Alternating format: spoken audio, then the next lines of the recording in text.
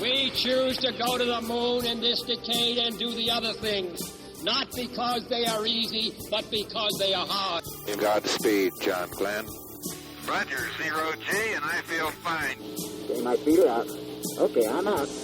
How does it feel for the United States to be the new record holder? At last, huh? We're rolling up and we can't turn anything off. Feeling increasing in a left roll. About 4 or 5 times more work than what we anticipated. And the pilot advisor is completely knocked over, nearly frozen over. When that baby lights, there's no doubt about it. Houston, Tranquility Base here. The Eagle has landed.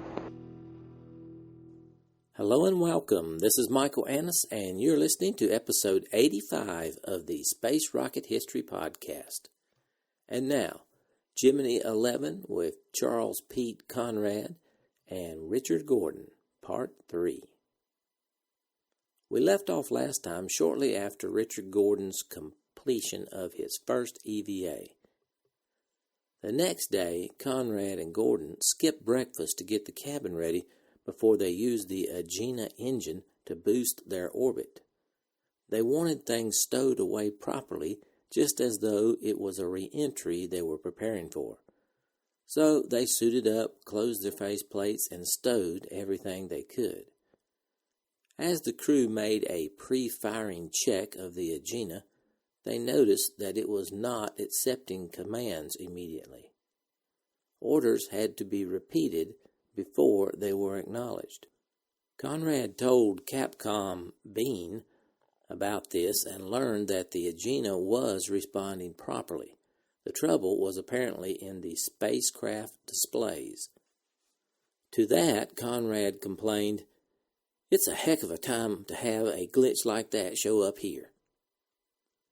But the Canary Islands communicator told them everything was fine and to go for the burn. Here's the clip. Gemini 11, here's Q. It's gotta go for your PPS burn. Roger.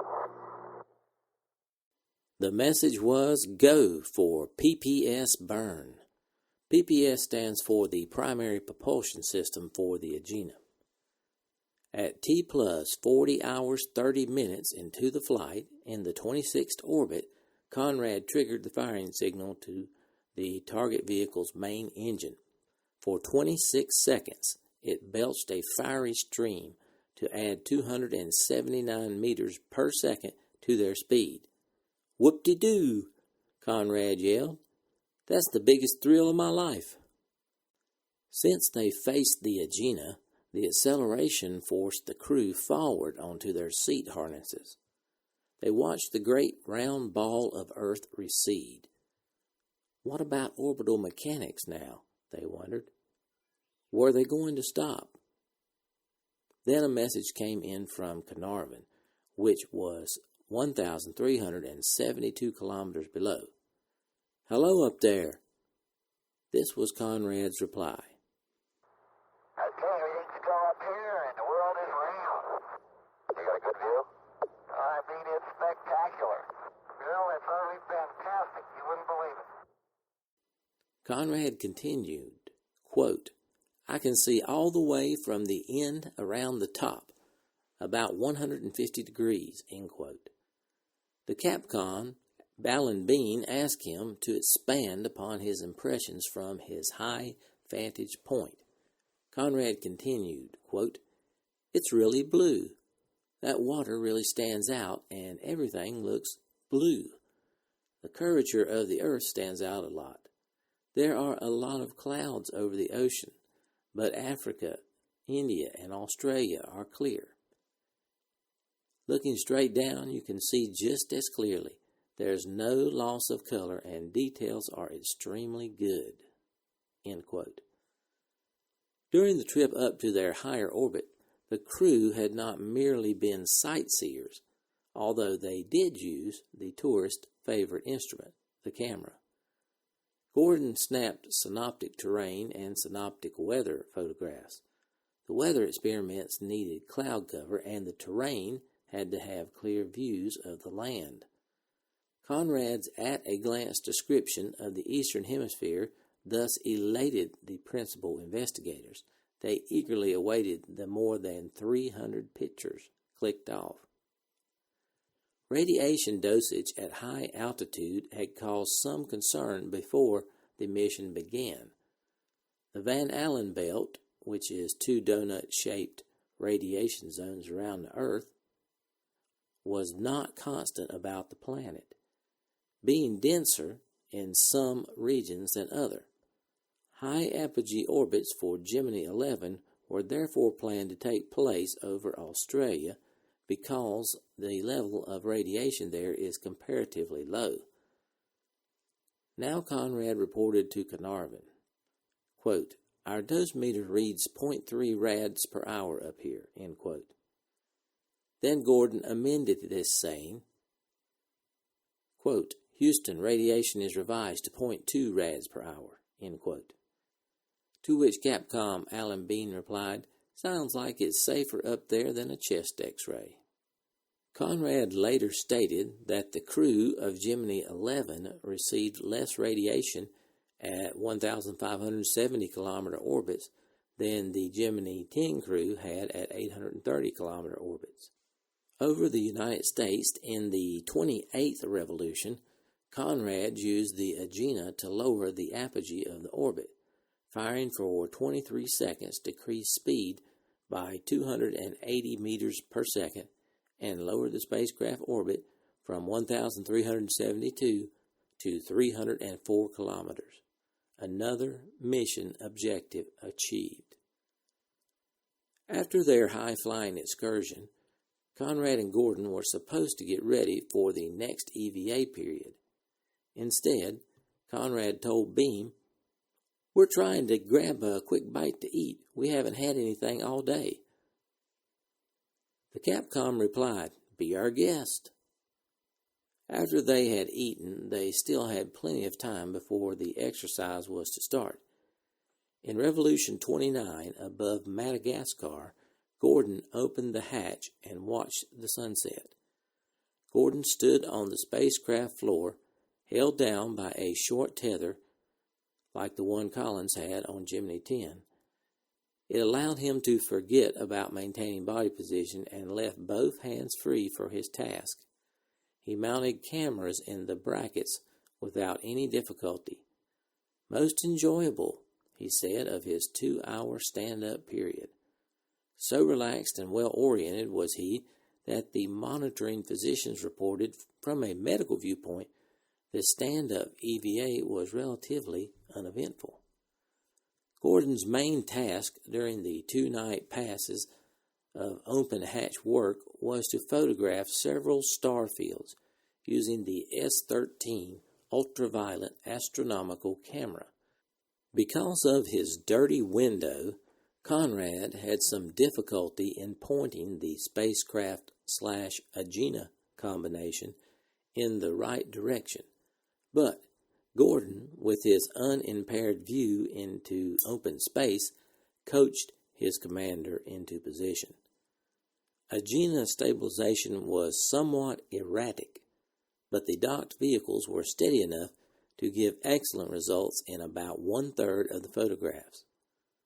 Although neither man was really tired after the first half of the picture snapping, Conrad considered closing the hatch and resting until the next night pass. He asked the Hawaii Capcom if there was enough oxygen. The answer was yes, but the skies were clear over the U.S., and they might want to take more pictures there. In that case, said Conrad, the hatch would stay open. Soon the crew marveled at the view of their home, Houston. They passed quietly across Florida and out over the Atlantic with nothing to do. Suddenly, Gordon broke the silence to announce that they had just taken a cat nap. Quote, "There we were. He was asleep hanging out the hatch on his tether, and I was asleep sitting inside the spacecraft." End quote. "That's a first," Capcom John Young answered.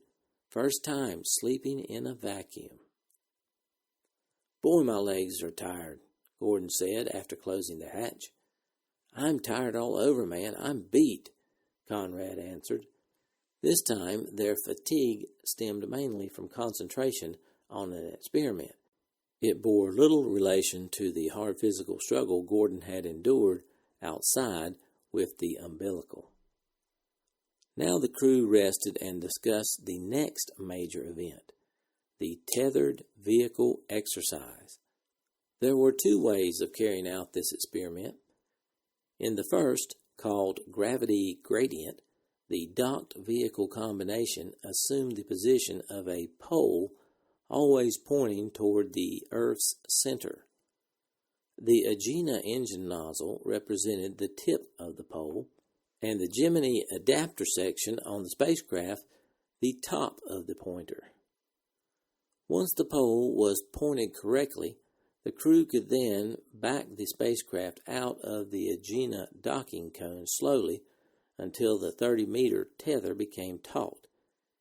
If properly positioned, a slight thrust of only 3 centimeters per second would keep the line taut, and the now elongated pole would drift around the Earth with the two vehicles maintaining the same relative position and attitude. If Conrad and Gordon failed to execute this procedure, they were then to try the spin-up or rotating mode that had been studied by McDonnell. In this case, once the two vehicles were undocked, Conrad fired the spacecraft thrusters to induce a rotation of 1 degree per second in the Gemini-Agena combination. The two craft would then continue on their orbital path with their mutual center of gravity at a specific point on the tether around which they would do a slow, continuous cartwheel. Centrifugal force would be expected to keep the line taut and the two vehicles apart, while the tether itself provided centripetal force to keep the two spacecraft in equilibrium. Over the tracking station in Hawaii, the crew separated the two vehicles cautiously to try the gravity gradient method. Here's the clip. They were going to hate to leave this Agena. It's been pretty kind to us. Sure has. After undocking, there was enough initial tension in the tether to upset the Agena and to cause the Gemini spacecraft to move to the right toward the Agena's docking adapter. Conrad quickly adjusted the spacecraft's motion, and the Agena righted itself without difficulty. Conrad continued to back away from the Agena, but the tether got stuck, probably in the stowage container when about 15 meters had been released. Conrad gave a burst to his thrusters to jerk the cable free. Then it hung up again, this time on some Velcro that had been used to hold Agena's end of the line until the spacecraft was loose. Conrad had to shift the spacecraft out of vertical alignment to peel the tether off the Velcro pad. This disturbed the Agena again, and there were still about 3 meters of line to be pulled out. To do the non-spin-up maneuver, as Conrad called it, the spacecraft and the Agena had to be tethered and aligned vertically to Earth. The engineers expected that it would take about 7 minutes for the Agena to stabilize. When the target seemed to be taking longer, they feared something was wrong with the Agena's attitude control system and told the crew to abandon the attempt and proceed to the second mode. While attempting to perform the second mode, Conrad tried to start the rotation. He found he had another problem. He could not get the tether taut. It seemed to rotate counterclockwise. Surprised, he reported to Young, quote, "This tether's doing something I never thought it would do. It's like the Agena, and I have a skip rope between us, and it's rotating and making a big loop. Man, have we got something weird going on up here. This will take somebody a little time to figure out," end quote. Strangely, although the spinning line was curved, It also had tension. "I can't keep it straight," Conrad muttered. For 10 minutes, the crew jockeyed using the spacecraft thrusters to straighten the arc. Finally, they got an even tether, but neither of them could even recall exactly what they had done to stop the odd behavior of the rope. When the tether was taut, Conrad rolled his spacecraft and bumped the thrusters to begin the slow cartwheel motion. Although this had been done gently, so to speak, Conrad felt he must have stretched the tether because it had a big loop in it when he stopped firing. Conrad really wanted to try more things, but the ground engineers told him to leave it alone. So Conrad and Gordon waited. Sure enough, centrifugal force took over the line and smoothed it out. The vehicles at either end of the rope wigwaggled, but they soon settled down without the pilots having to do anything. A 38-degree per minute rotation rate was obtained and remained steady throughout the night pass. The crew became so accustomed to the sight of the Agena hovering nearby that they rarely bothered to look at it. Instead, they ate their evening meal. Conrad's satisfaction with this station-keeping was soon disrupted. As they passed into daylight, the Hawaii Capcom told him to accelerate the spin-up rate. Somewhat reluctantly, the crew agreed to try. Gordon suddenly shouted, "Oh, look at the slack. It's going to jerk this thing all to heck." "That's what I was afraid of, darn it," Conrad replied. To the flight director, Charlesworth, in Houston, Gordon complained, "You just ruined a good thing." When the added acceleration started, the line tightened and then relaxed. The crew felt what Conrad called the big slingshot effect. They were being seesawed in pitch up to 60 degrees. Conrad could not accept this oscillation, so he used the spacecraft's controls to steady his vehicle. To their surprise, the Agena stabilized itself again. Here's the clip. The tether is maintaining tension at all times. I'm impressed. The rotation rate checked out at 55 degrees per minute, and the crew could now test for a minute amount of gravity. When they put a camera against the instrument panel and then let it go, it moved in a straight line to the rear of the cockpit and parallel to the direction of the tether. The crew themselves did not sense any physiological effect of gravity. After they had been roped to the Agena for 3 hours, the astronauts ended the exercise by jettisoning the spacecraft docking bar. All in all, it had been an interesting and puzzling experience. There had been some disappointment that the gravity gradient mode could not be completed, but confidence rose when the spinning proved that the station keeping could be done economically. The flight controllers had asked the crew about the remaining fuel on several occasions. They were using less fuel than had been expected, and now there was a chance for some real-time planning on the credit side of the ledger. In the past, real-time planning had been in response to such problems as degraded fuel cells, angry alligators, or whirling spacecraft, an exercise that had been in a contingency plan, if something had went wrong, was now fitted into the mission because almost everything had gone right. After the two vehicles separated, Conrad had intended to decrease the spacecraft's speed so Gemini 11 in a lower orbit would pull ahead, leaving the Agena behind. Instead, the flight controllers told him to get ready for what was called a coincident orbit rendezvous. The spacecraft would follow the Agena by 28 kilometers and in the exact orbital path. If the plan succeeded, the crew would in essence be station-keeping at a very long range and with with very little use of fuel. Because of the change in plan, the separation maneuver would be different.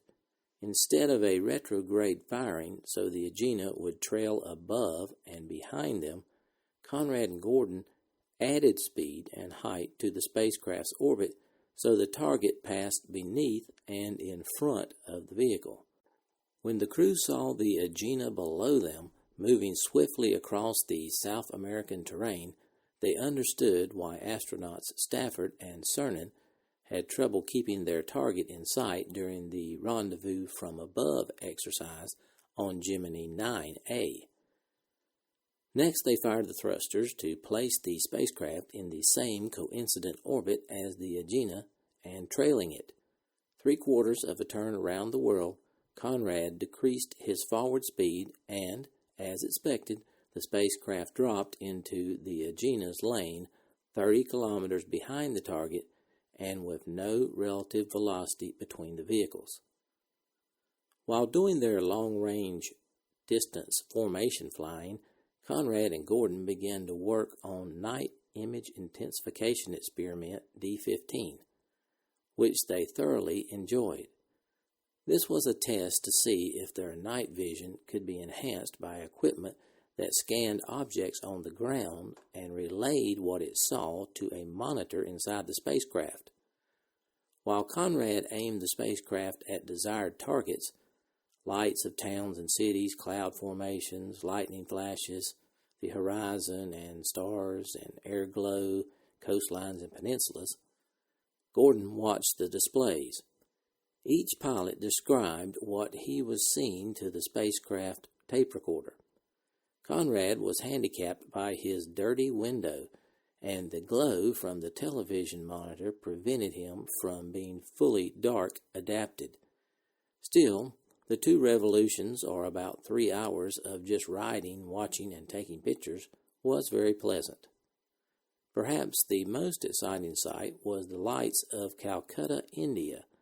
Outlined on the monitor was a shape almost identical to an official map of the city. On one occasion during the experiment, the crew noticed the lights of the Agena and asked the ground how far from the target they were.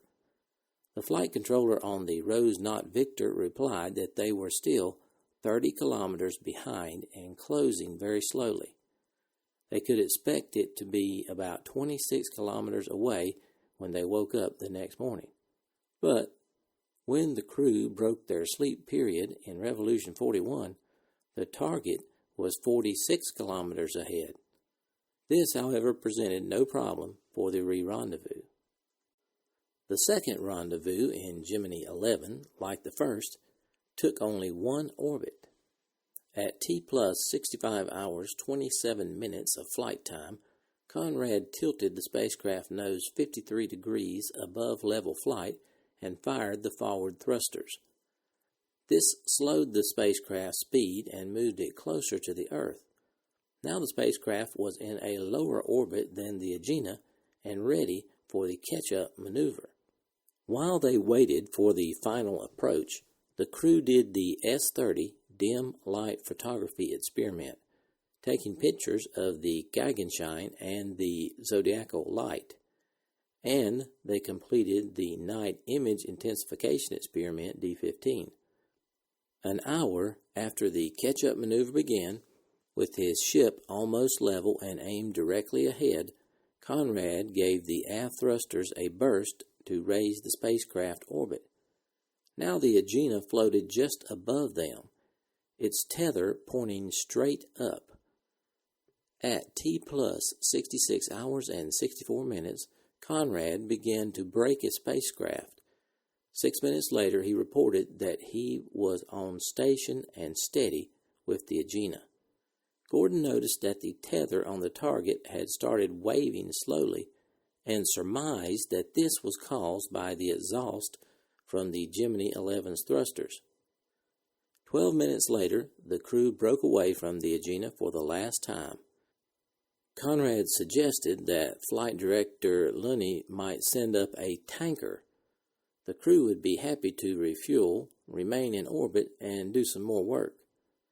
But while this air-to-ground joking was going on, the crew was getting ready to land. There was one significant event left before Conrad and Gordon wrapped up their mission.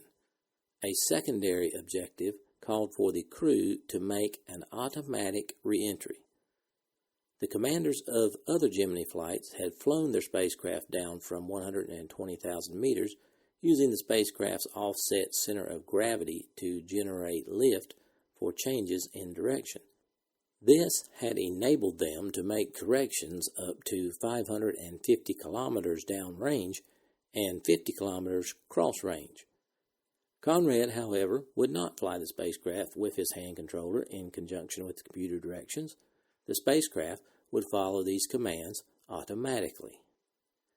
At the time of the re-entry, the spacecraft was maneuvered to the appropriate orientation and the equipment adapter section was detached and jettisoned. This exposed the retro rocket module. Then, at T plus 70 hours 41 minutes, in the 44th orbit of Earth, the retro rockets fired. Conrad and Gordon watched the computer closely. It certainly seemed to be working right.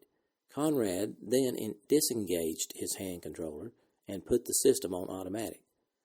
When the first cross-range errors developed, the computer commanded bank angles to change it. On several occasions, the spacecraft displayed an almost human characteristic, hesitating before accepting its orders. But the system recovered quickly and performed beautifully using a minimum of re-entry systems control fuel. The crew radioed, "All clear, Houston. We're right on the money with an auto." They were right on the money.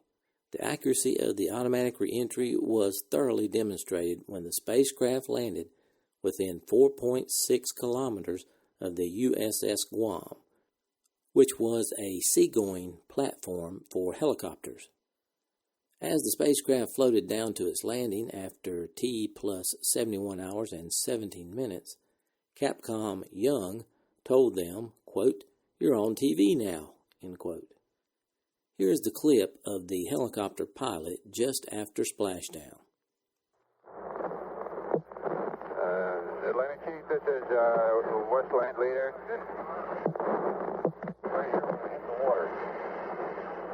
Gemini 1-1, sit report. Parachute has deflated, over. Guam report spacecraft 5,000 yards dead ahead. Atlantic Chief, this is Westland Leader. Flotation gear and 3 swimmers are in the water, over. The Gemini 11 flight had ended. Next came the usual round of examining, debriefing, evaluating, and reporting. The Gemini 11 crew had flown a mission almost precisely to the flight plan. There were no malfunctions that affected mission performance. However, early termination of the first EVA proved that NASA still had a lot to learn about spacewalks. Gemini 11 had several significant accomplishments. First, rendezvous and docking in the first orbit, M equals 1.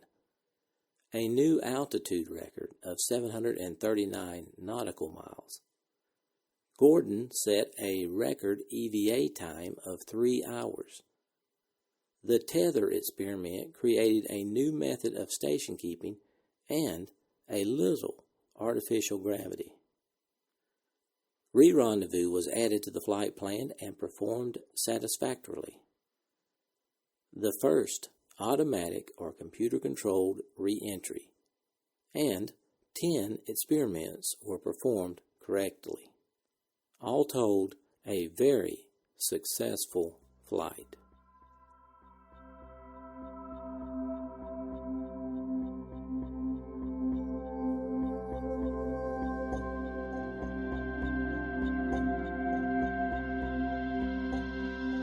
Thanks for listening to this archive episode of the Space Rocket History Podcast. If you are financially able, please support the podcast by going to the homepage, spacerockethistory.com, and clicking on the orange donate button or the Patreon link. Thanks.